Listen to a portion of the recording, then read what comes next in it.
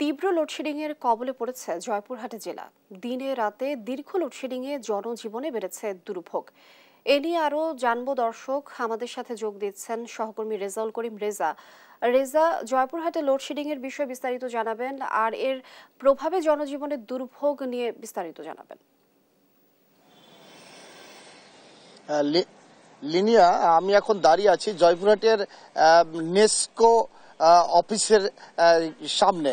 আমি একটা বিষয় জানিয়ে রাখি যে গত প্রায় 2 সপ্তাহ থেকে বিদ্যুতের যে অবস্থা, এই বিদ্যুতের অবস্থার কারণে কিন্তু এই আমাদের জয়পুরহাটের জনজীবন প্রায় দুর্বিষহ হয়ে গেছে।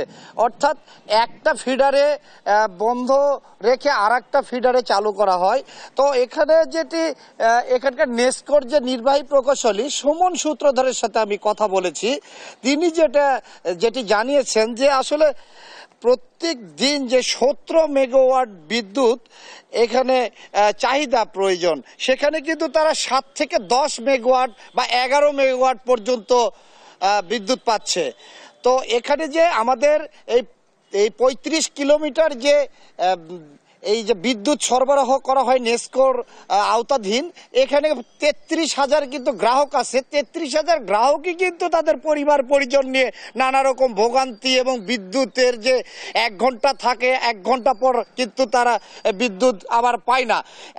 এতে বেশি সমস্যায় পড়েছে। আপনি জানেন যে আমাদের এটা কিন্তু দেশের সোনালী মুরগি উৎপাদনের ক্ষেত্রে কিন্তু এখানে একটা ভালো ভূমিকা রাখে। সেই ভূমিকা রাখতে গিয়ে কিন্তু বিদ্যুতের প্রয়োজন হয়। অর্থাৎ ফিড মিল থেকে শুরু করে আপনার যে ছোট ছোট খামারিরা, তারা কিন্তু যে ফ্যান বা বাল্ব তারা কিন্তু ইউজ করে, অর্থাৎ বিদ্যুতের প্রয়োজন হয়। পাশাপাশি যে ছোট ছোট যে ক্ষুদ্র যে কারখানা বা ছোট ছোট যে উদ্যোক্তারা আছে, এই উদ্যোক্তারা কিন্তু বিদ্যুতের প্রয়োজনে কিন্তু এক ধরনের কিন্তু মুখ থুবড়ে পড়েছে বলা যায়। পাশাপাশি যে অটোরিকশা, তারপরে আপনার রিক্সা, এমনি যে ব্যাটারি চালিত রিক্সাগুলো যেগুলো, তারাও কিন্তু এই বিদ্যুতের যে ঠিকমতো চার্জ দিতে পারে না। মানে বিদ্যুতের যে সমস্যা, এতে কিন্তু তারা অনেকটাই সমস্যায় পড়েছে। পাশাপাশি পল্লী বিদ্যুতের কিন্তু আরো বেহাল অবস্থা। পল্লী বিদ্যুতের একই অবস্থা।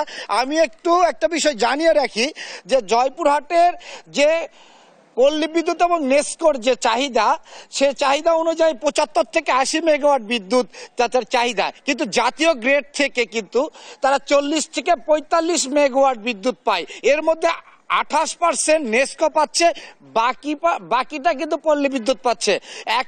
আমি মানে সবার সাথে কথা বলে যেটি জানিয়েছি যে একই রকম অবস্থা, তারা কিন্তু বিদ্যুৎ চাহিদা অনুযায়ী পাচ্ছে না। তো সর্বোপরি বলা যায় যে সাধারণ মানুষ, যে খেটে খাওয়া মানুষ এবং যারা বিদ্যুতের উপর নির্ভরশীল হয়ে যারা জীবনযাপন করেন, যারা ছোটোখাটো যানবাহন চালান বা অন্যান্য কারখানাতে কাজ করেন, তারা কিন্তু চরমভাবে সমস্যায় পড়েছেন।